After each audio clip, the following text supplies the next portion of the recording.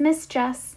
For today's art lab, we are going to do 3 different activities that involve painting with unusual materials.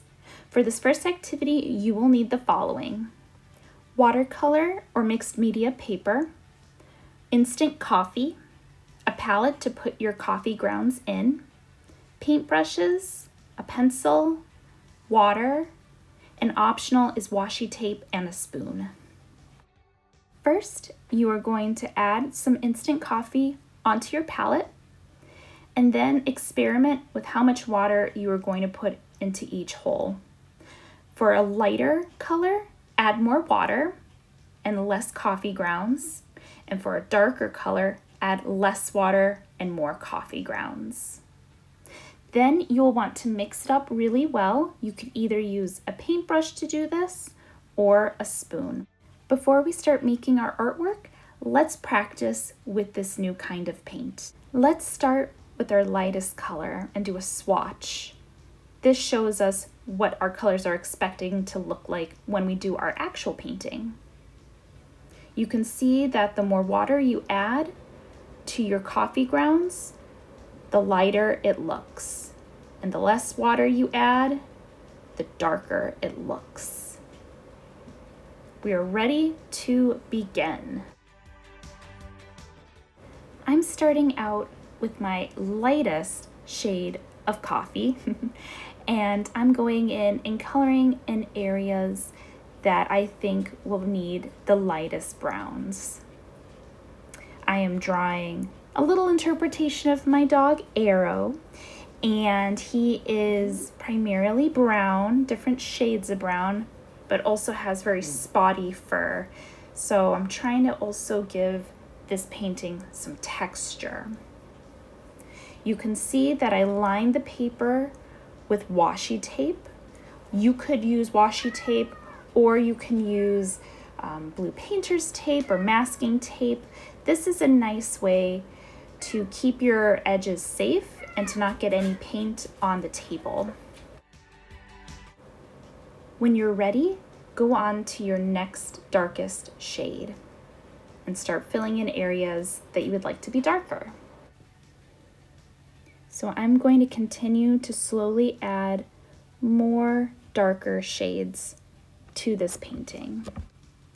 A few tips I would recommend when you paint with coffee is to, first of all, use instant coffee over regular ground coffee. I tried using ground coffee to start with, and it gives a really grainy texture, which is fine if you want to do something like that. But if you're just starting out, I would recommend instant coffee. I would also recommend using warm to hot water when you mix the instant coffee in your palette.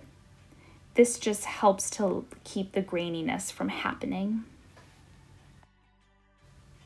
My last tip, which is one that really can be said for all of these activities today, is to not get discouraged if something doesn't work out right away. I have never painted with coffee before, so it felt a little bit difficult at first, but it was a lot of fun to practice. Once I am finished with my painting, I am going to try to be patient and wait until it's dry before removing the washi tape. I will also go in with all my paintings today with some pen at the end. This just helps to make the drawing pop.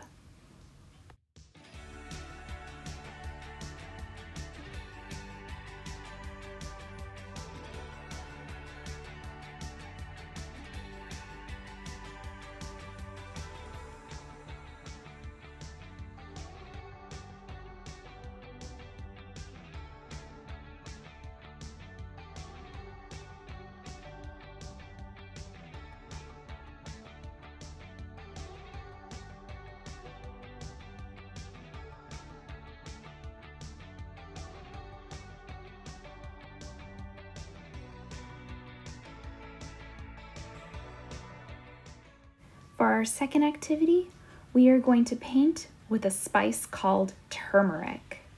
You will need all of the same materials as our first activity except this time instead of coffee, you will need some turmeric, which you can get at any grocery store. Just like our coffee practice, let's also do a swatch of the different shades of turmeric we can make. This time I'm just using 3 of the holes in our palette, and similar to the coffee, I'm going to add a little bit of water in one, a little bit more water in the second, and in the third I'm going to add a lot of water, which should mean that the more water you add, the lighter the color will look. But let's take a look and see. Right away, as we're applying the lightest shade, we can see that not only does it have this really pretty golden color, but it also has some texture to it.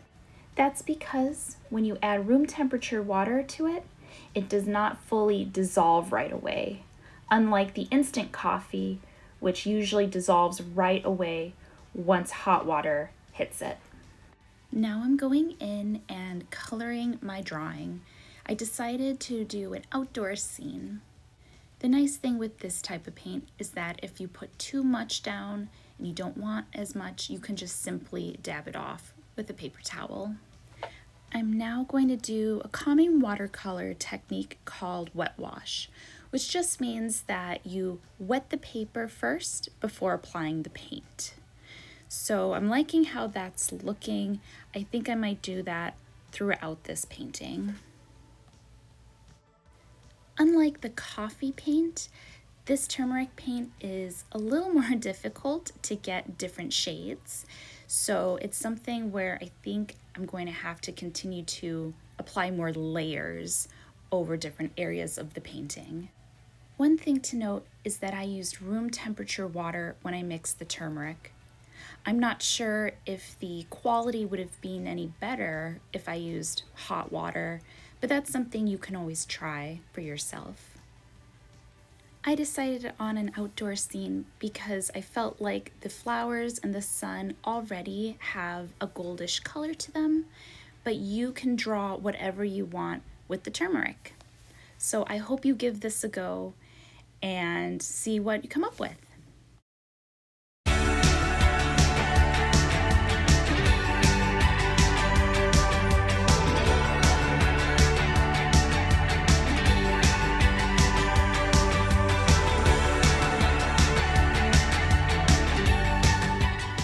For our last activity, we're going to paint with Kool-Aid. I bought a variety of Kool-Aid powder packets. All the other supplies you need are the same as the last 2 activities. First, I have put all of the Kool-Aid packets into the palette, and I'm adding a little bit of room temperature water to each. And then I will take a paintbrush and I'll mix it all together to make sure that the powder has fully dissolved. And similar to the last 2 activities, I am just going to go in and do a swatch of each color to see how it looks. This was a lot of fun, and with Kool-Aid, the fun part is that you can smell each color as you're painting it. As you see me apply these colors, you can decide if those are colors you want to use for your own painting. I did notice that when I was shopping for Kool-Aid packets, I couldn't find any green colors. So you could easily just mix, for instance, lemonade with blue raspberry lemonade to make a green color.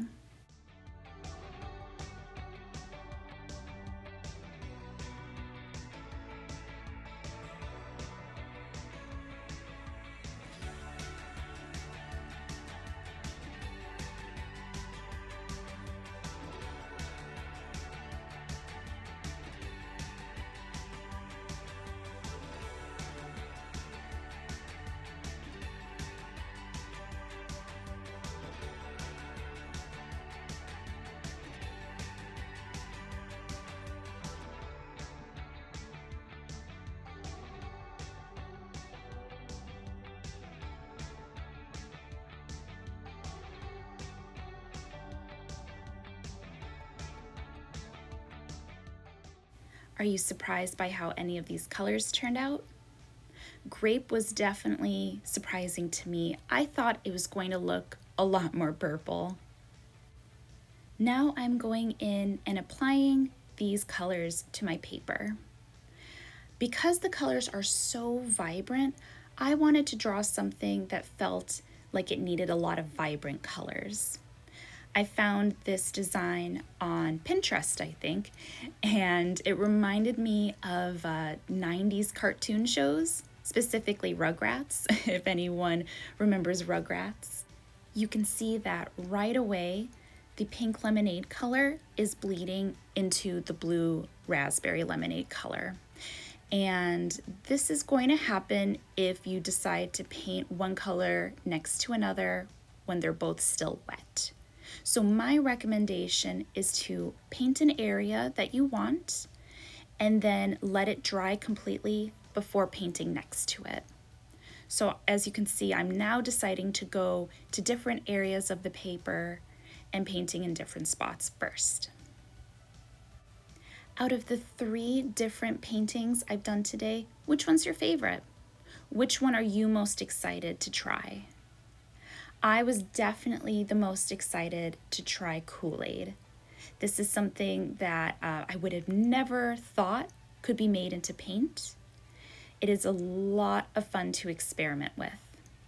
What other types of unusual materials can you use to paint with a twist? You could paint with teas. You can paint with dirt. Try and experiment with other types of materials and see how it looks. I hope you enjoyed this month's art lab. If you tried any of these activities, or if you experimented with a different form of paint, definitely share it with us through our email address, through social media, or stop by the library to show us. I would love to see it. Enjoy the rest of the video, and I'll see you next month.